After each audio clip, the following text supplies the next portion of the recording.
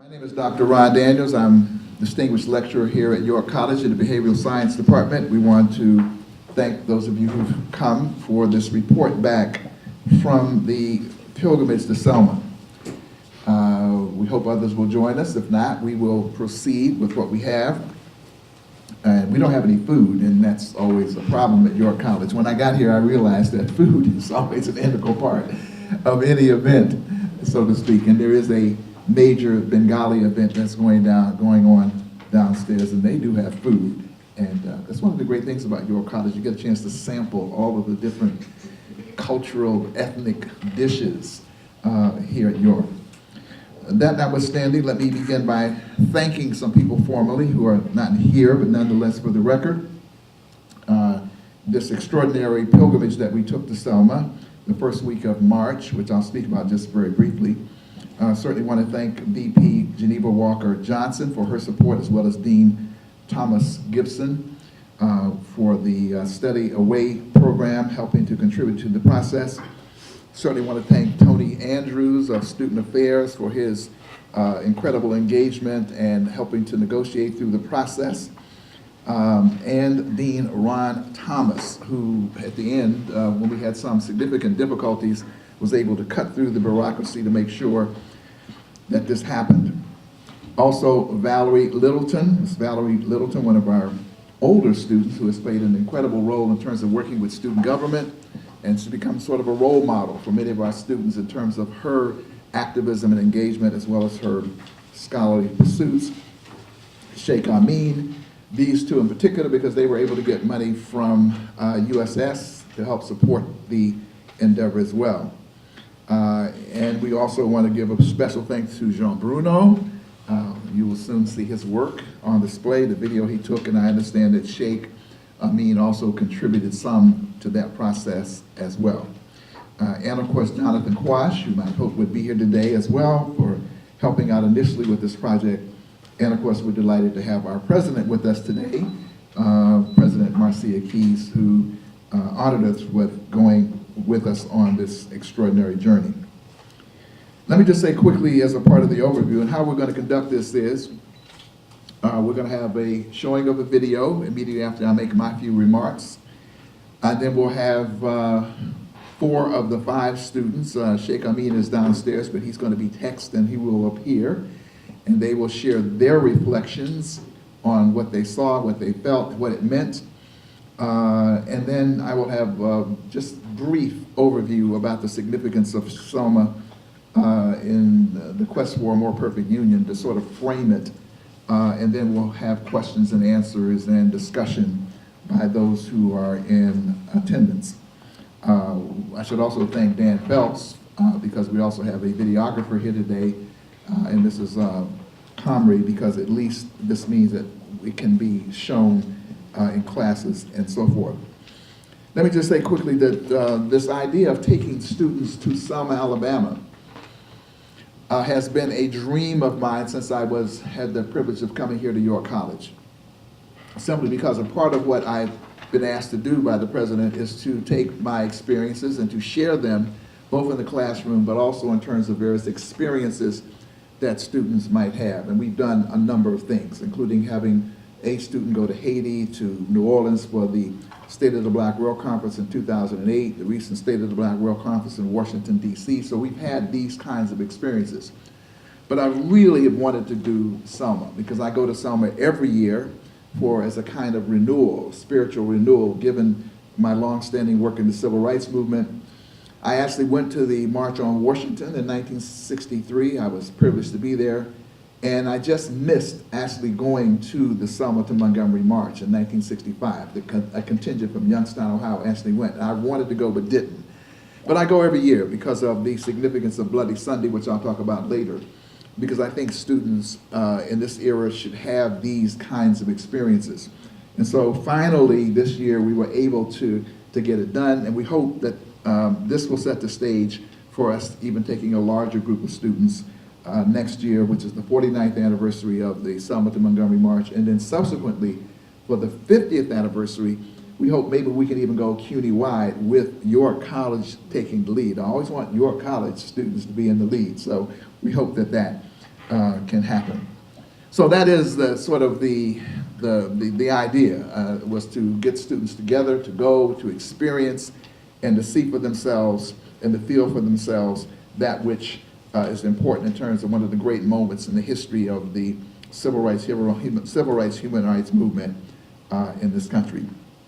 So without further ado, we'd now like to ask Jean Bruno to come and to introduce the video, and we will view it, after which we will hear from our students and proceed as has been outlined. Hello everyone, I'm John. I made a video, and here it is.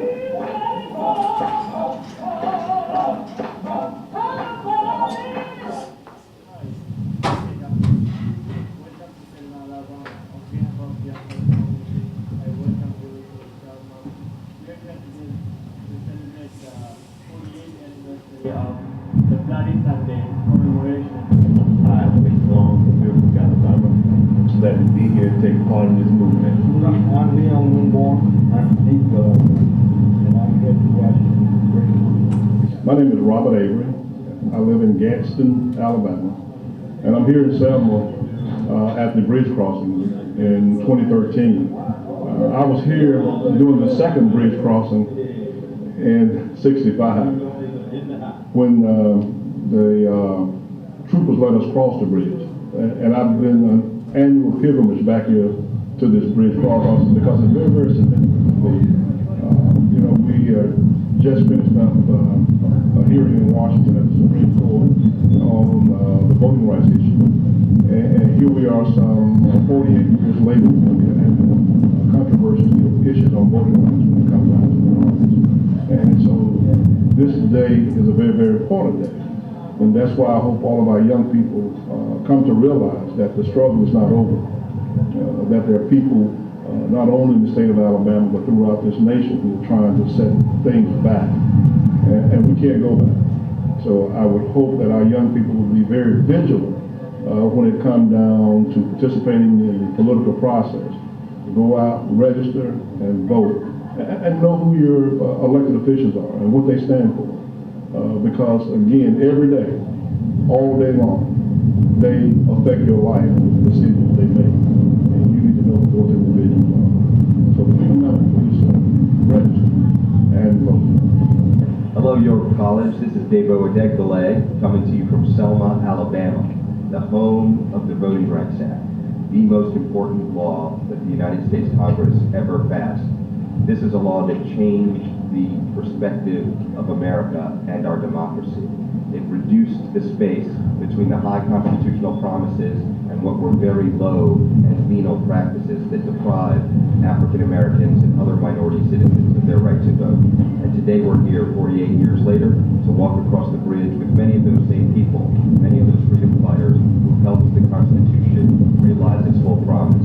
And we're here to say something important to the country, that voting rights are no less important today than they were 48 years ago, and that we've made a tremendous amount of progress, but we can and must do more.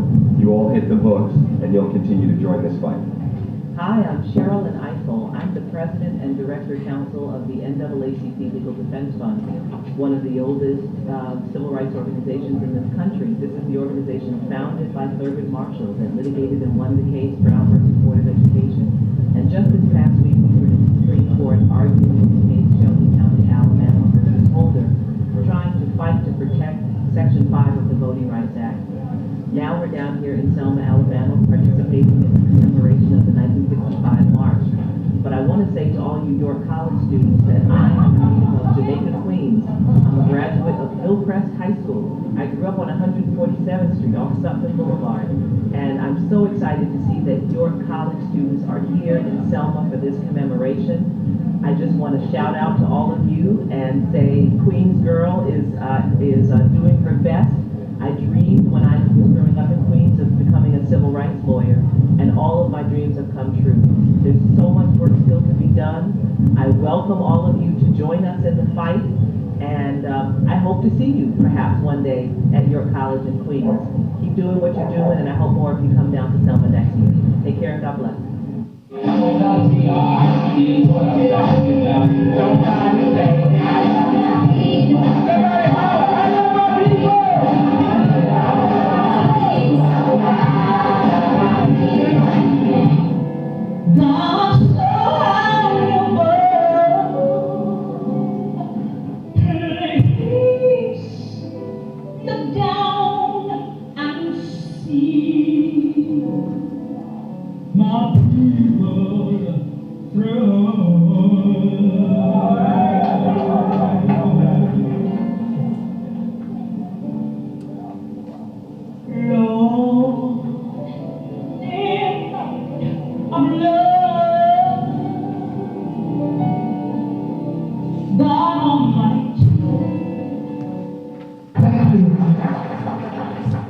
Students of York College, this is the moment that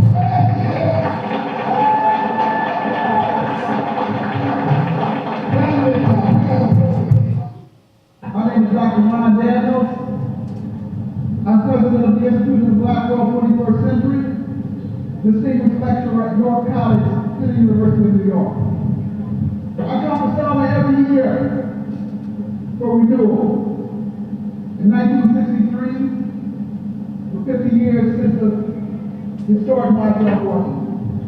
For 50 years since Medgar Evers was shot down in the driveway of Jackson, Mississippi. In fact, Medgar Evers was the field secretary for the NAACP in the field fighting to register people to vote. Because this precious birthright that's supposed to guarantee freedom and liberty and justice for all had been stripped from the sons and daughters of African immigrants. Shotgun down in his driveway 50 years ago. I had the privilege of being on the March on Washington to hear all the speakers, including Martin Luther King, speak on that day.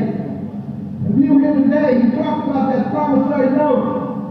You all heard that I have a dream that the speaker, he took us to the mountaintop. We also talked about the promissory note, right? The bounce check.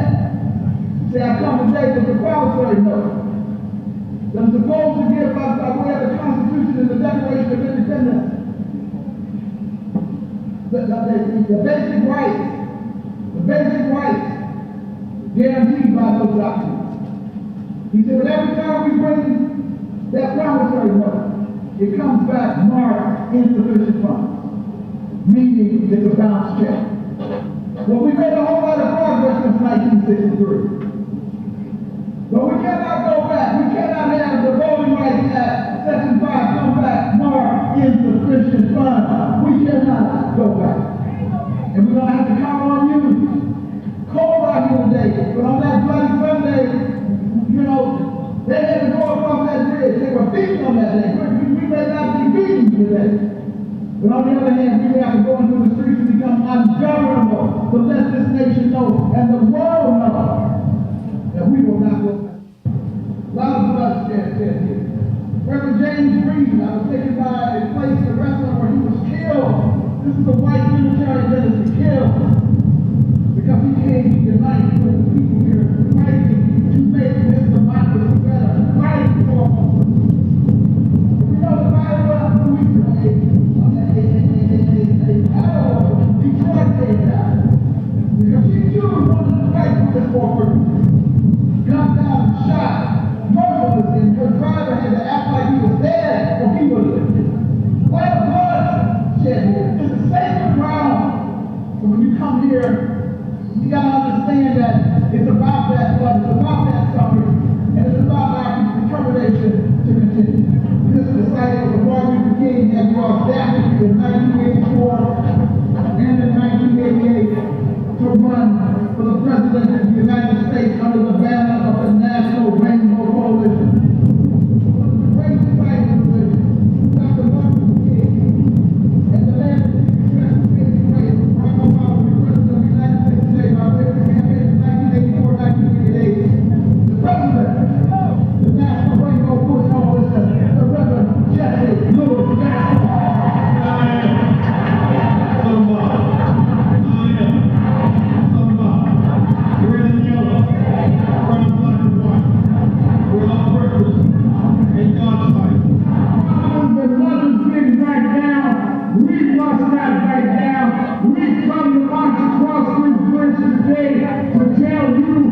Just like Jim Crow had a son who's now running around this country named James Crow Jr. Esquire, Martin Luther King, Fannie Lou Hamer had children. We are those children. We will not let you take our vote. So they could not have it. It is the work of those great activists that made the election of Barack Obama possible, that made the possibility of the Black Attorney General real. You know, there are consequential and iconic moments in the history of the civil rights movement. None more consequential than what happened at the foot of this bridge 48 years ago this Thursday. A group of absolutely determined and committed Americans not only faced down, but confronted an armed, angry, powerful mob, some were in uniform, acting in the name of the law. And why? Why? Yes, for the simple right to be sure that all Americans have the franchise, were able to exercise the simplest thing, but the most important thing a man and woman can do in a democracy. Yes, we are able to show up and vote.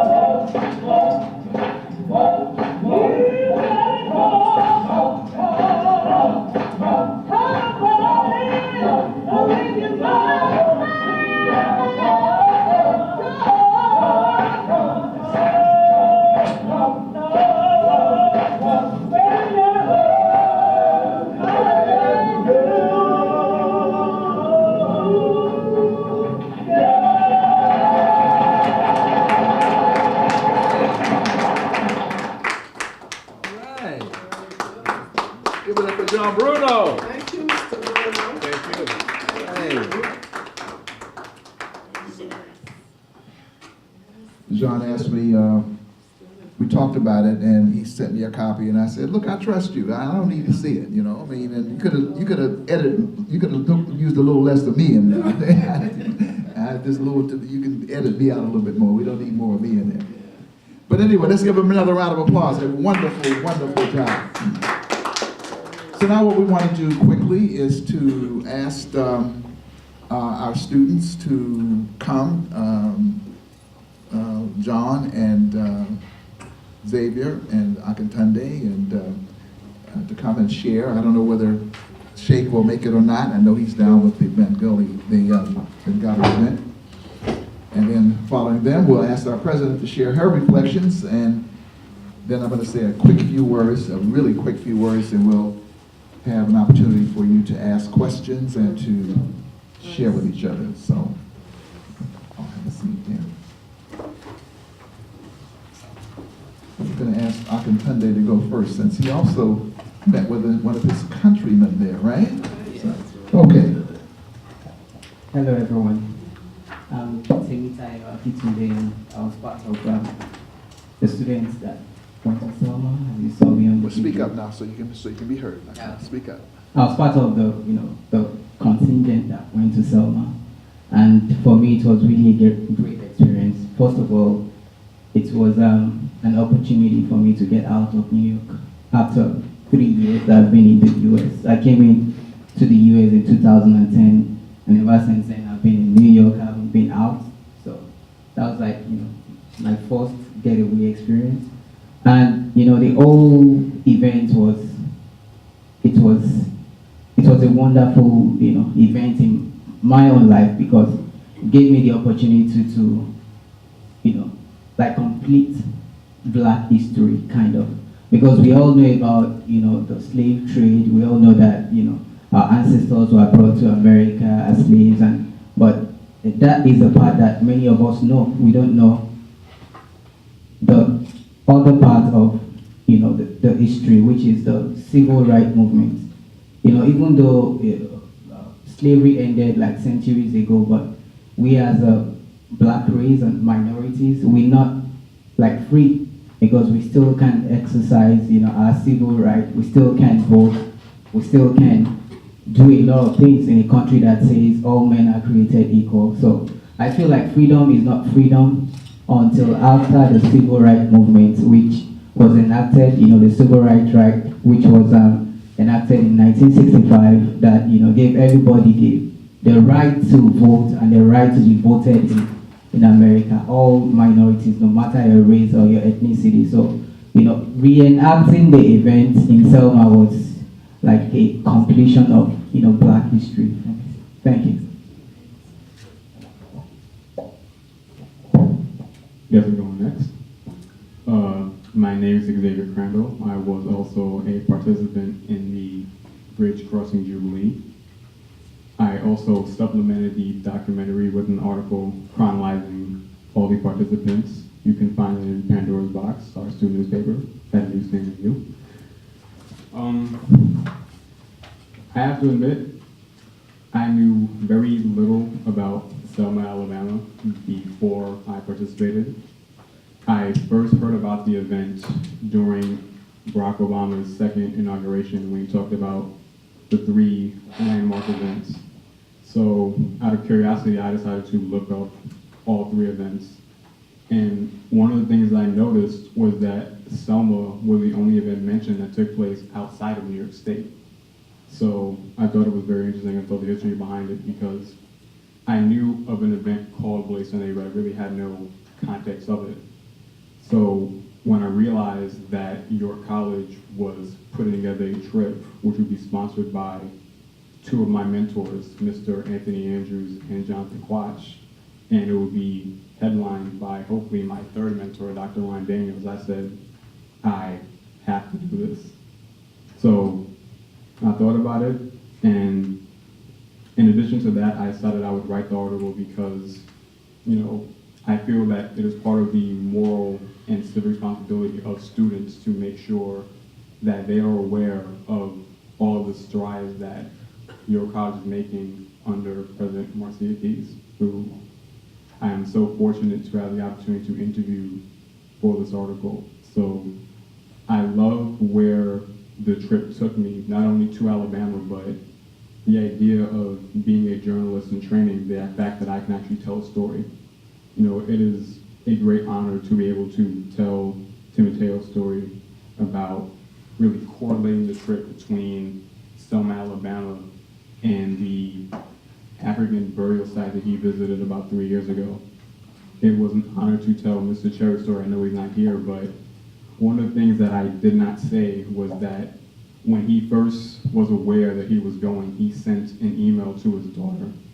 And one of the replies was, she said that she's so happy for him and the opportunities that were presented to him by being in college and going back to college.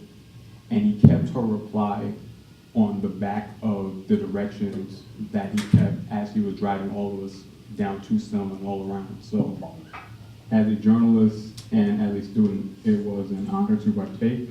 And if we eventually do this in subsequent years, culminating in the 50th anniversary, I hope your college take the lead, and I'm right there on the front lines. Thank you.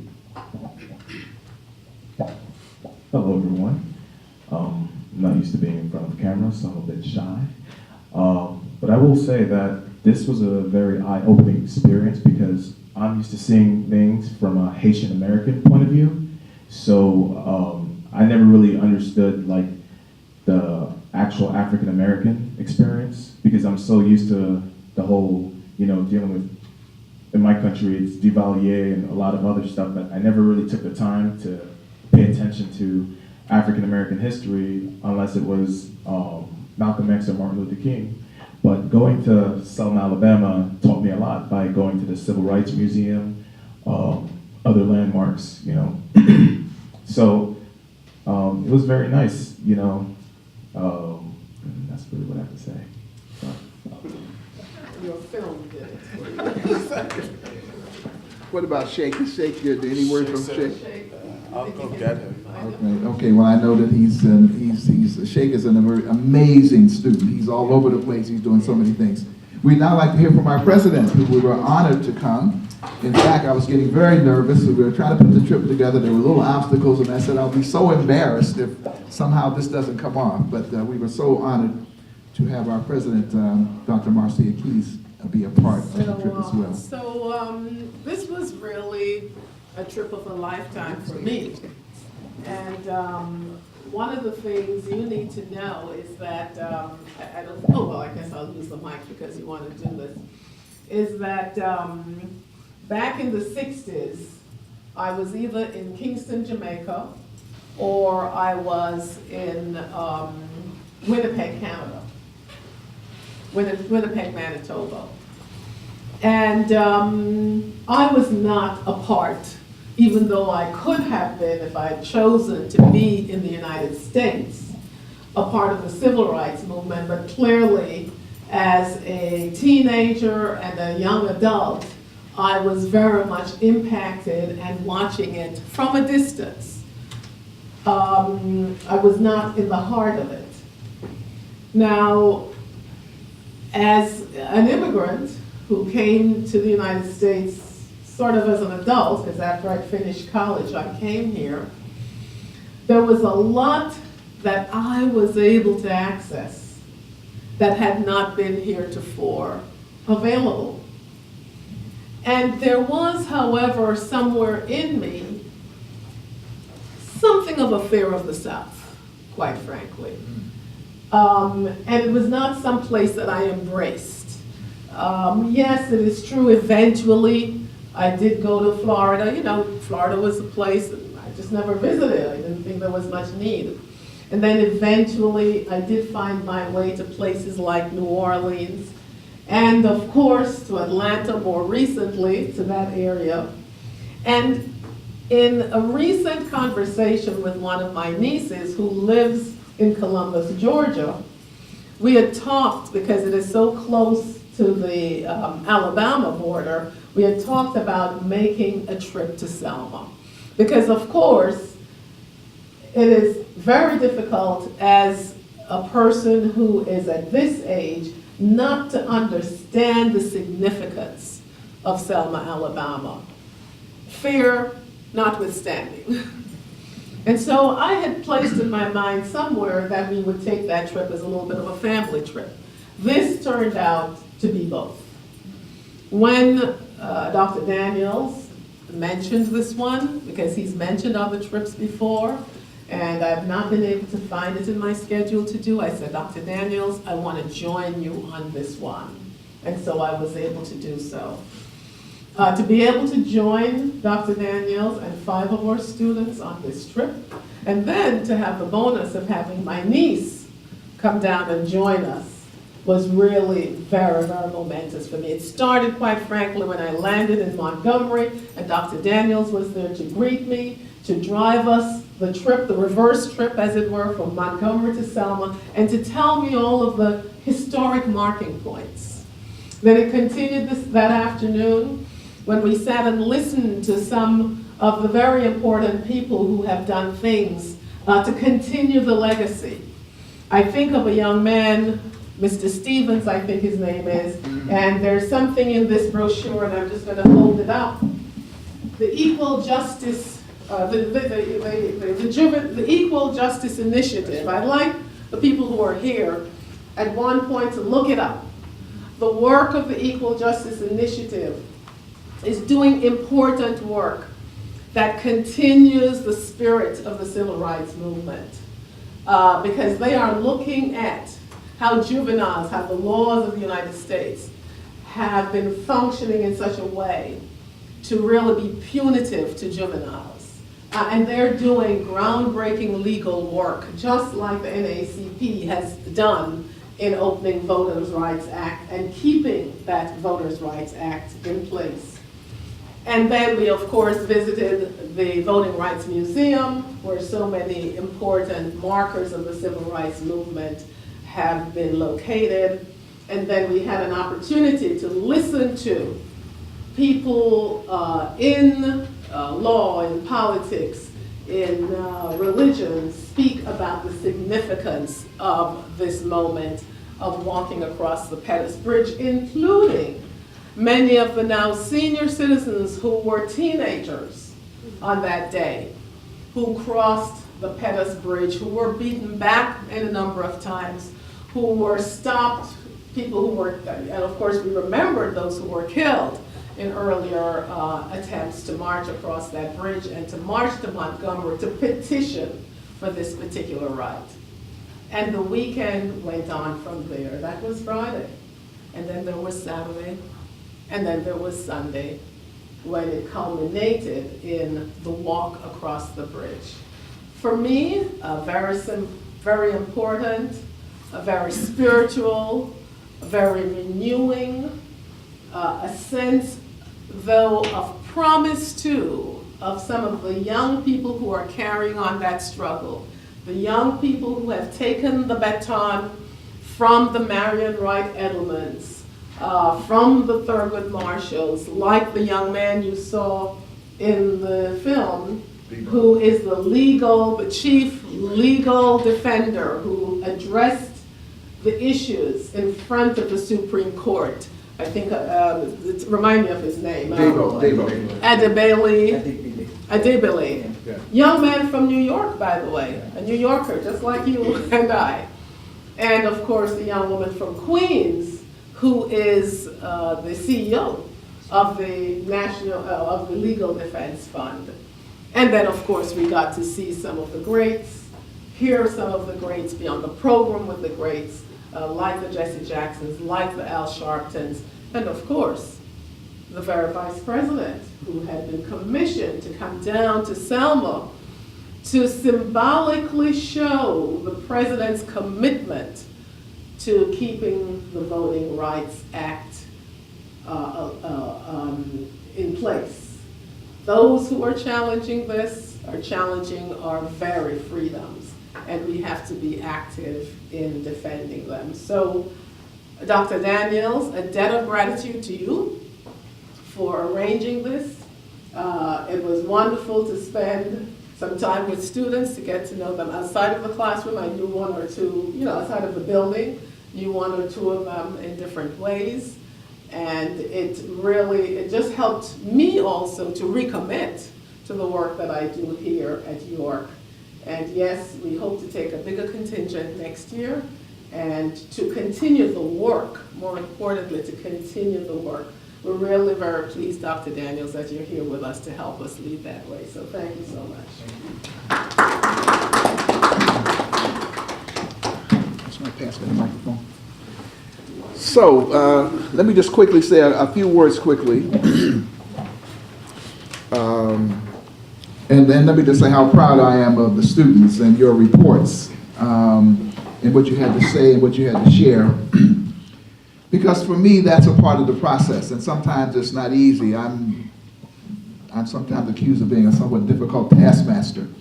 But I believe that when we are granted the opportunity to do these things from university resources, that we have to do what we just did. Now, what we are doing now. Now, hopefully in the future we'll have more people come, more both administrators and faculty, which I had hoped would be here to see this, because I think this is an important part of the process. But I am so moved by what you all had to say, and that the experience was worthwhile, because as I sometimes share with my students, at the end of the day, that's what makes educators feel good. It's not the money, it's not the hard, it's the idea that you do something and it's something that you share in and you enjoy. Let me just quickly say that, and President Keizs alluded to it, and I'm going to be very quick, is that Selma has to be situated within the context, and some of you were here for the lecture I gave on Abraham Lincoln and the more perfect, the whole issue of the significance of the Emancipation Proclamation. And in that lecture, I talked about Reconstruction. The fact that during Reconstruction, black people had elected officials, had political power, a number of other things, but there came a post-Reconstruction period in which all of this was taken away. And that's what people have to understand. And in the post-Reconstruction period, the right to vote was stripped from black people. Now, some poor white people got stripped of it too, but their target was black people. But they had literacy tests. You had to go, in order to vote, you had to be able to interpret the Constitution. Well, sometimes, that's a difficult challenge, Or you had to pay a poll tax. Well, if you're poor, it's hard to pay that tax.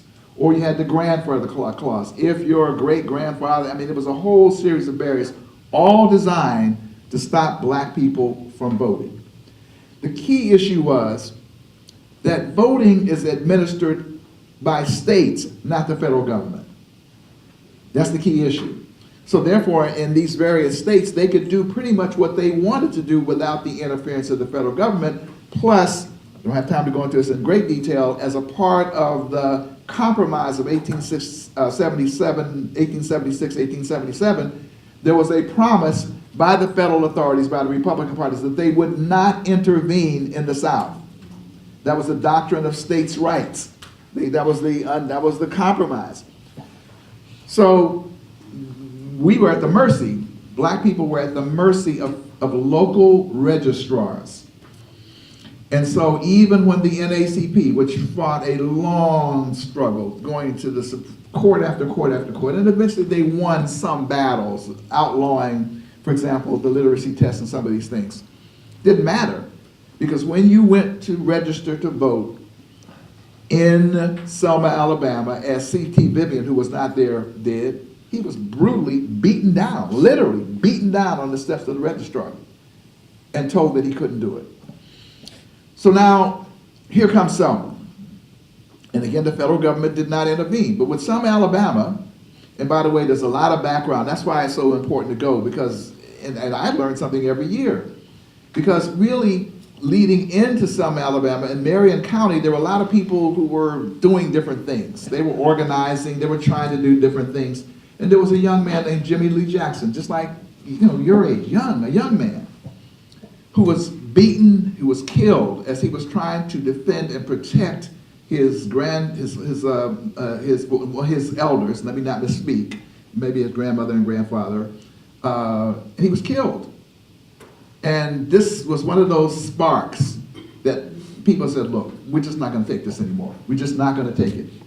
And so there was a determination to go to Montgomery, Alabama, the capital of Montgomery, to in fact demand the right to vote, because they felt if they could get the right to vote, then that would help free up stuff.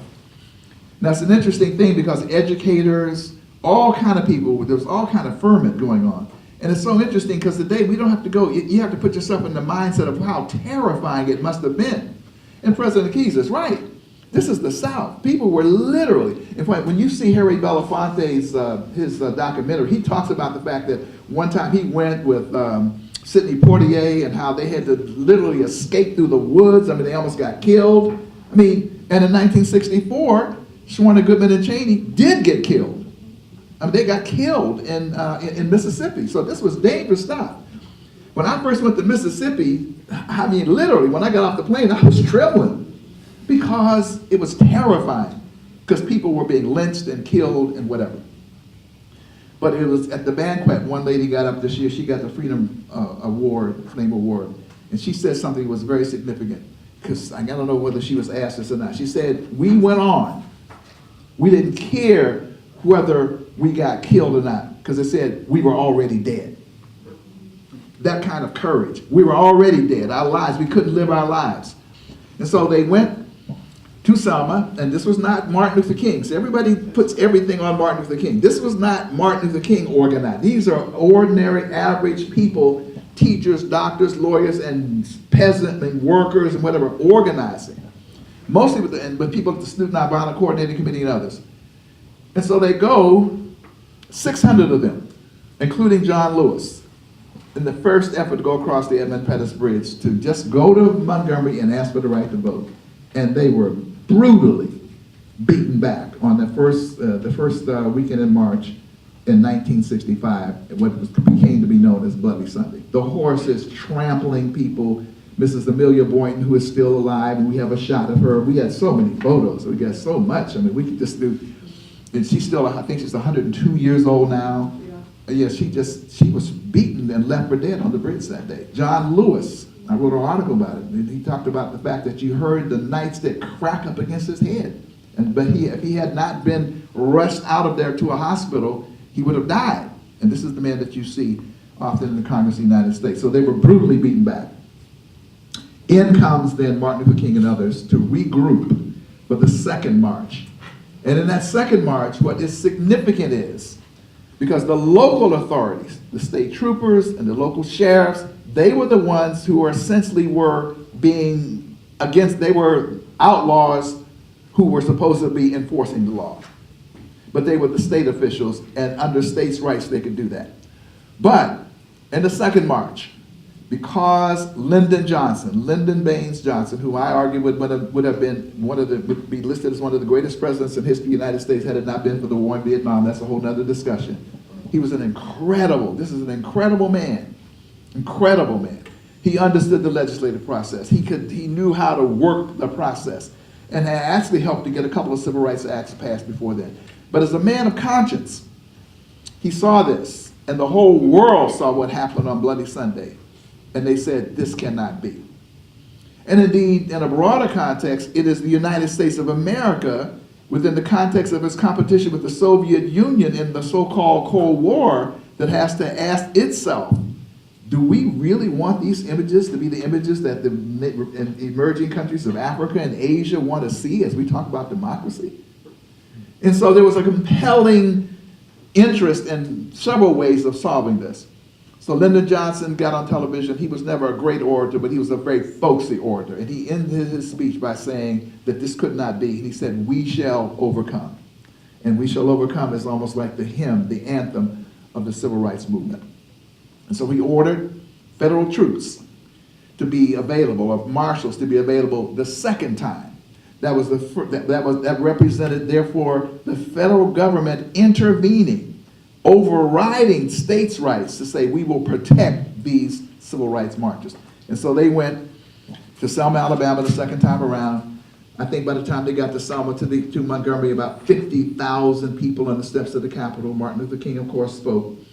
And of course, within about 6 months, the historic Voting Rights Act of 1965 was passed. Now, in passing this Voting Rights Act, what made it significant was dispatching federal marshals to guarantee that there would never be a time again, that doesn't mean never, means never, when a C.T. Vivian or John Lewis would be beaten down as they attempted to register. And just to flash back, the agreement in 1876 was that all of the federal troops would be withdrawn from the South. Now Lyndon Johnson is saying, and the Voting Rights Act is saying, federal marshals will guarantee that black people or whomever will have the right to vote. And so as a consequence of that, within years, literally thousands upon thousands of black people in the South not only voted, but you now have in states like Mississippi and Alabama throughout the South, you have black elected officials who now at least, that doesn't mean everything is over, but have the capacity to fight for public policy. The final comment is this, that there were several provisions of the Voting Rights Act, one of which has to do with reapportionment of districts and things of that nature. But then Section 5 is the pre-clearance section. It says that no jurisdiction can change that has a history and pattern of discrimination or discriminatory voting behavior can change without pre-clearance by the Justice Department. What a lot of states don't like, they're bristling. They want to change that, right?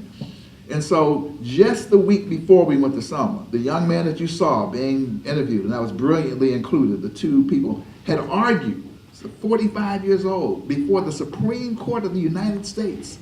This young man is arguing, standing in the footsteps of Thurgood Marshall, fighting for the preservation of Section 5 of the Voting Rights Act.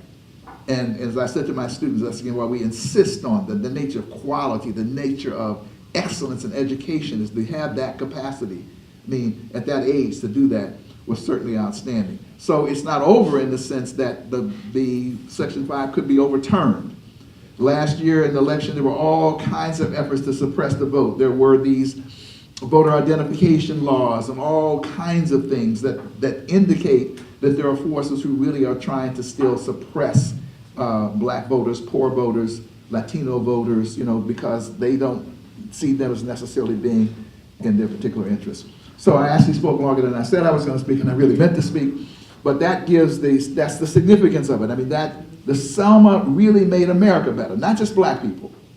It was a step forward for the entire country in terms of the inclusiveness of a constituency, which at least now, President Eisenhower in the 50s said something. He was a moderate Republican, actually, but he said something very significant. He said, if we can put the vote in the hands of black people, he said that will be the most significant civil rights act that we can pass. And in a way, he's right. I mean, it takes more than that, but at least it now meant throughout the South that capacity to march on ballot boxes would be assured. So anyway, that's a kind of overview, and now we want to open it up for any dialogue or questions that people might have. So there are only a few of us, but any of the students? Just until they have a question ready, I know they're going to have one, so I'm just going to give a warm-up. Just let the students understand what that march was like from Selma to Montgomery. How many miles, what the conditions were, etc. Oh yeah, I mean it wasn't, it was, it's about what is it, Ashley? It's about 65, 70 miles from Selma to Montgomery. And they would do so many miles every day. Now again, where are you going to stay? So there were camps along the way that they would stay in. They would have to literally have food, clothing, tents, churches, and whatever to house them as they went by. So it wasn't as if they were it was not a picnic. It was not this was a very, very sacrificial. You had to really believe this. And when you hear those singers, the SNCC sing freedom, that was one of the things that was so important. That's a cultural component that gave people that singing, the spirit of the freedom songs. And these are the original Student Nonviolent Coordinating Committee singers who sang these songs. And so it was a very, very difficult thing. When you think about sanitation, you talk about water, you think about food. And by the way, here's the issue. It's still dangerous. This is 1965. This is even dangerous today. There's a guy who has a film out called, I forget, it's about 21st century slavery, right? So you still in these back rural areas, you still have some really, really difficult situations. So if you have a plot of land and you're a black farmer or a white person and you agree to let these people stay on your land, you're opening yourself up to an attack. You might be shot. Or in many instances, what happened is it was in Tennessee in one instance, the local business establishment refused to sell gasoline to the farmers. In other words, they couldn't do their tractors because they refused to send. So in other words, it was a risk. So people had to really step up to the plate and say, I'm with this. I will take the chance. I'm willing to do this. It's not like today. I mean, there's things that still happen today, but the degree of risk was much greater. And to prove the point, on the way back from the march, the second successful march, Viola Luizza, a white auto worker from Detroit, was helping to bring people back. She was killed in her car, shot down and killed in her car. And in fact, one of the people who was with her, who happened to be African American, played dead in the car, or he would have been killed as well. So it is a circumstance that was very, very dangerous. Thank you. Any questions or observations? Anybody want to? Yes. Do you think President Kennedy had an important role in this change? Yes. I had a research from your class last semester, and I was confused in that part that President Kennedy started the conversations to change the Voting Rights Act, but he couldn't. So then Lyndon Johnson have the credit, I would say, to. Well, there was a shift that was made because there was a delicate balance in the Democratic Party. That's one of the things that somebody was talking about this the other day, because in the South, you had Democrats in the South, but these Democrats in the South were extremely conservative, and they were segregationists. In fact, in 1948, they bolted the party. They were the so-called Dixiecrats in 1948. So you had this odd combination, the Roosevelt coalition, which included Northern Democrats who were liberal and progressive, and Southern Democrats who were essentially segregationists. But they were for Lyndon Johnson, or they were for Franklin Delano Roosevelt on the basis of the economic programs and worker rights and things of that nature. So in 1960 becomes a key turning point in terms of black voter participation. Because in 1960, in a moment of crisis with Martin Luther King, it was John F. Kennedy who actually picked up the telephone and made a call to Martin Luther King. And that was a signal to the black community that, in fact, they found him to be more sympathetic, or the Democratic Party to be more sympathetic. Because in those days, it's hard to imagine this now, the difference between John F. Kennedy and Richard Nixon is nowhere near as vast as the difference between a Barack Obama and a Mitt Romney today. That's hard for people to imagine. Richard Nixon is the person who actually helped put forth affirmative action. So it's today you have a Republican Party today that is a conservative party. Richard Nixon was not really a conservative. He was, you would call, center right. He was not right. Barry Goldwater would have been considered if not an extremist, he was considered to be really the conservative. Richard Nixon was pretty moderate. Black people had voted significantly for Eisenhower. Black people were giving the Republican Party 30%, 40% of their vote, even in 1960, right? If black people were giving the Republican Party 30 or 40% of their vote today, the Democratic Party would be in trouble. The decisive shift began in 1960 with Kennedy, and then subsequently, with Lyndon Johnson and on through, to the point that now black people vote 85 to 90% for the Democratic Party. Barack Obama's first term, 95%, 96%. In the last election, it dipped just a little bit. So that's where the shift took place. Cruz. Yes, I would like to say that before today, this class with the Professor Windani, I didn't know about Selma.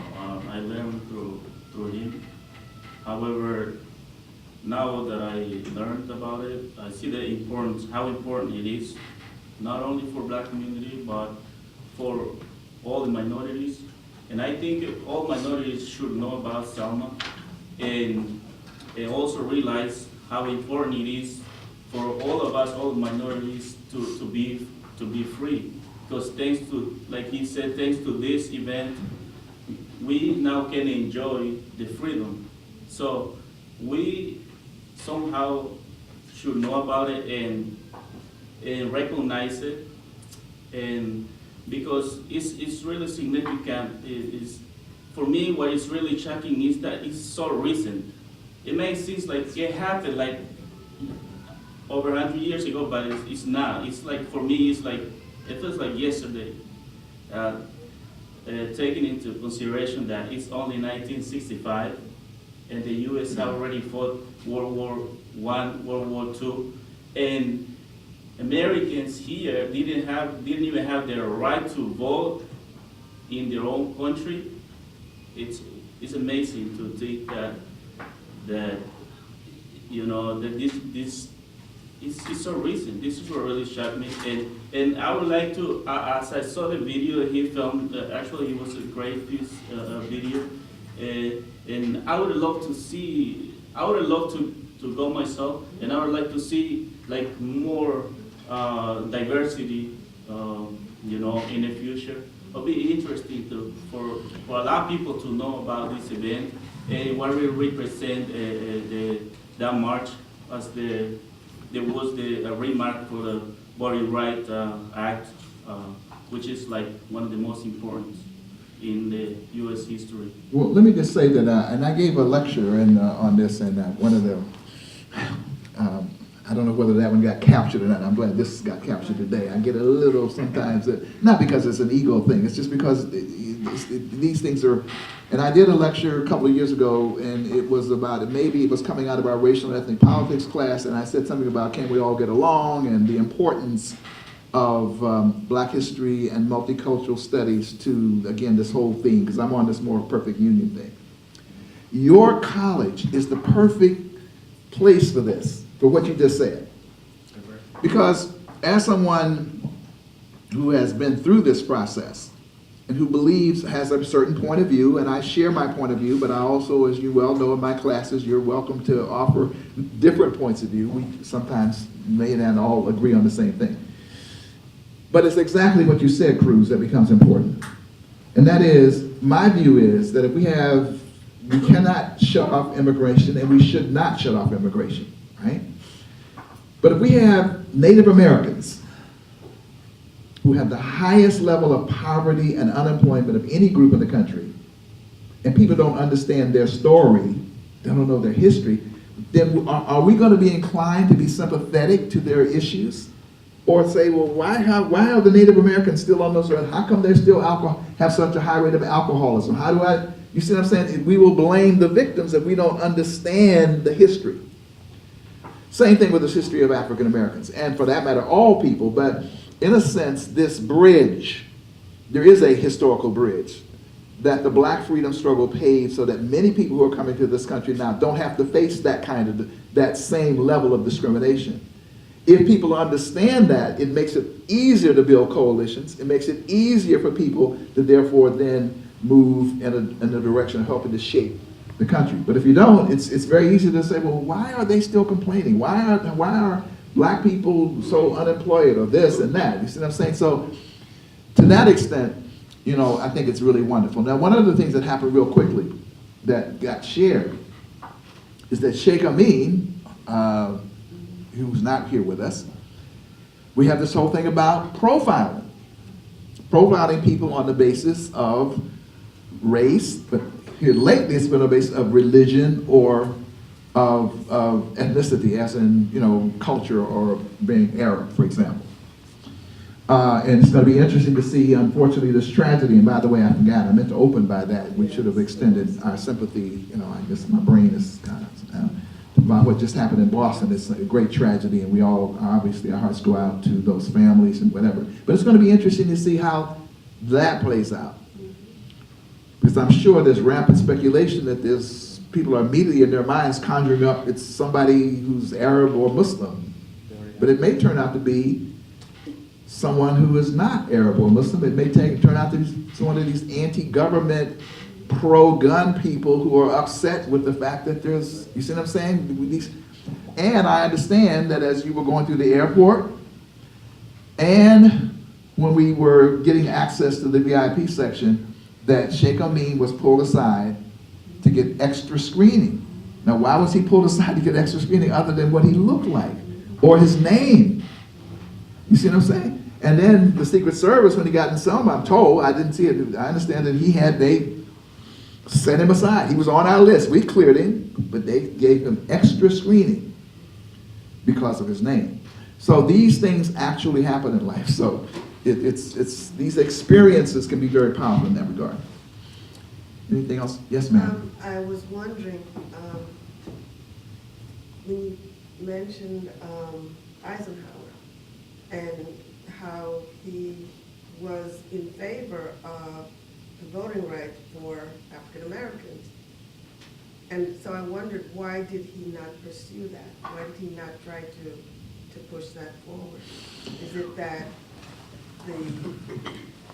the support would not have been there for that at that time? Well, the Republican Party, it's an interesting, the history of the Republican Party and African Americans is a very interesting story, because for many, many years, the Republican Party didn't have to do very much for black people because we were continually paying the debt of the Emancipation Proclamation and Abraham Lincoln, even though we were sort of caught between a rock and a hard place, because Republicans were not particularly aggressive in advancing the interests of black people, but the Democrats weren't either. So it was kind of being between a rock and the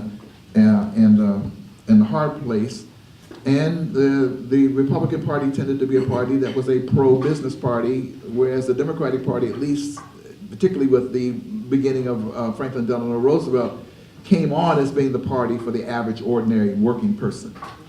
But the main point I want to make is that the Republican Party of the era of Eisenhower is a much more diverse party, much more diverse party. People forget that in that era, you had the conservative wing of the party was the minority wing of the party. That's why Barry Goldwater got buried by Lyndon Johnson in 1964. Buried. He was a professed conservative. He was buried. In this state, you had it not been for Republicans in New Jersey, Pennsylvania, New York, Illinois, these are the ones who then combined to get Civil Rights Acts passed. There were Civil Rights Acts in 1960, 63. There were little small measures that were taken that Lyndon Johnson was able to maneuver. Well, that was because the Democrats in the South abandoned the party, but he could cut a deal, which is what Obama doesn't have. He doesn't have anybody to make a deal with. But in those days, Everett Dirksen, the silver-haired orator from Peoria, Illinois, is a moderate. And so they, plus Jacob Javits from this state, Kenneth Keaton from this state, Clifford Case from New Jersey, Scranton from Pennsylvania, these are all moderates. Lindsay from New York is a liberal. Rockefeller, his image got smeared because of the whole Attica thing, but he was a liberal. Rockefeller was considered there was a liberal wing of the Republican Party. This sounds like today, I mean, this is like, what? A liberal in the Republican Party? But that's why the historical memory becomes important. Because now what you have is and it's going to be interesting now because with the demographics changing, the Republican Party is now finding itself grappling again with its right flank. Because if it stays on the right in the way that it is, it will literally disappear. So you've seen a sea change in the last 3 months on marriage equality, for example. All of a sudden, immigration reform. You see what I'm saying? Because they're now making and it's interesting when you get in that situation because, by the way, and I guess I shouldn't go on and on, but in many instances, politicians they're just being politicians. They say what they think the people want to hear. So it didn't mean that every Southern segregationist was a real segregationist. If segregation is going to sell, that's what I'll sell. If it's gun control, I'll sell gun control. If it's being tough on crime, I'll sell tough on crime. Now all of a sudden, who would have thought, 50 years ago, I mean, people were running away from people who were lesbian and gay people. They were saying nasty things about them. Now all of a sudden, No, no, no, no, no, no. You've always had a log cabin Republican group that were lesbian and gay people inside the Republican Party, but now all of a sudden, you know, it's okay because there are votes involved and there's money involved. And so, and now with the Latino group emerging as a major bloc, if the Republicans don't make some significant gains there, they will be liquidated. They have no choice. And younger voters who are coming along, who have different ideas about these issues. Mendoza, you had something else? Oh, yeah, I was curious that last, my racial ethnicity class, I learned like, you know, the reconstruction, like how blacks were elected in governments, right? So now we have a first African American president, right? But I see Obama is very conservative compared to others politicians. Do you think in the future we may have another African American president? Well, we hope so. We hope so. Or But it may change for Latino, for example. Marco Rubio is. well, you know, I think the sky's the limit. I mean, the point is that we want to open the process up so that, you know, I think it is more likely that the next barrier to be broken is going to be the gender barrier. If Hillary Clinton decides to run 4 years from now, I think there's a fair possibility that she will win. I mean, some of the glow will come off once they start, you know, you get into the fight and so forth. So yeah, you want the process to be open. So President Obama is not really conservative. He's a centrist. I would call him center left. He's a moderate. He's a pragmatist. He is engendering some critique, including from myself on some issues. If you read my most recent stuff, you know, we're saying, wait a minute, Obama, it's time to address some of these issues and whatever. But he's I think, is center left. His dispositions may be even more left than he's actually, you know, putting on the table. So that's why I say at the end of the day, it's always ideology, not party, that matters. Each of you have to decide where do you fit on the political spectrum, because you could be Republican and conservative, or you could be Republican and moderate, or Republican and liberal. You know, that's an uphill battle right now, but that may change. And the same thing in the Democratic Party. To me, the history is about who's progressive versus conservative. I'm on the progressive, expansive side. There are others who've been on the other side in that regard. But you have to make your own choices in terms of how you see that. At the end of the day, you know, Margaret Thatcher, you know, is just, you know, one of the great figures of the 20th century. I disagreed with her, but I applauded the fact that she, as a woman, was able to be head of state. I disagree with her politics. Indira Gandhi, you know, and so forth. So we want to make the process open so that irrespective of what one's ethnicity is, you can be a part of the process. So my President Obama appointed Judge Sotomayor, great. I have a Latina on the Supreme Court now. You know, and we have to, I mean, I think Arab Americans are beginning to, you know, show some strength. I was on a panel at Michigan State University just the other day and had the opportunity to sit with a brilliant young woman who is an Arab American state senator from Michigan. So that's the more perfect union filling itself out as far as I'm concerned. Marco Rubio is going to make a splash, and you know, but he's on the right, and he's not going to make the kind of splashes I like, but nonetheless, it's good that he can be in the process. Well, I think we're about to run out of time. I don't want to keep you too long. Anybody else on the panel has any final things you'd like to say before we conclude? Thank you for coming. Yes. And we will, I mean, this is just, you know, a beginning. We are going to try to begin planning now for next year and to try to figure out how we can do this in two ways. Number one, we have Study Away, and again, the Office of the Vice President for Student Development was very supportive, but we also want to find other resources so that as near as possible, you know, people are able to go without having significant out-of-pocket costs. But sometimes that means maybe having fundraisers and various other things. So we're going to go to some union leaders, we'll make those some elected officials. This may not be a good year coming up, but whatever, to see whether we can get a pot. Because we'd like to get at least 20. You know, we got to have 20 students from York go and whatnot. So, President Keizs, if you might come up, I think Mrs. Comrie might want to get a picture for the academic affairs. Thank you. So I was just saying that we should start, you should identify the date for next year. Let us have it, maybe we even put it up on the website as a promotion to say, you know, we're working towards it, you know. And then I think your point is very well taken, the matter of diversity. You know, when I went down and I saw there were 5 men, I said, oh, where are the women? You know, it was good, you know, but it was great that Sheikh Amin was there, right? And there was, you know, diversity within the group. But I think that your point is a good one, and we really need to open it up. Of course, Dr. Daniels is really the driver here, and his class, it was one of the things I didn't say, is having dinner and talking with the students, I was just very, very much affirmed about what we're doing in the classroom.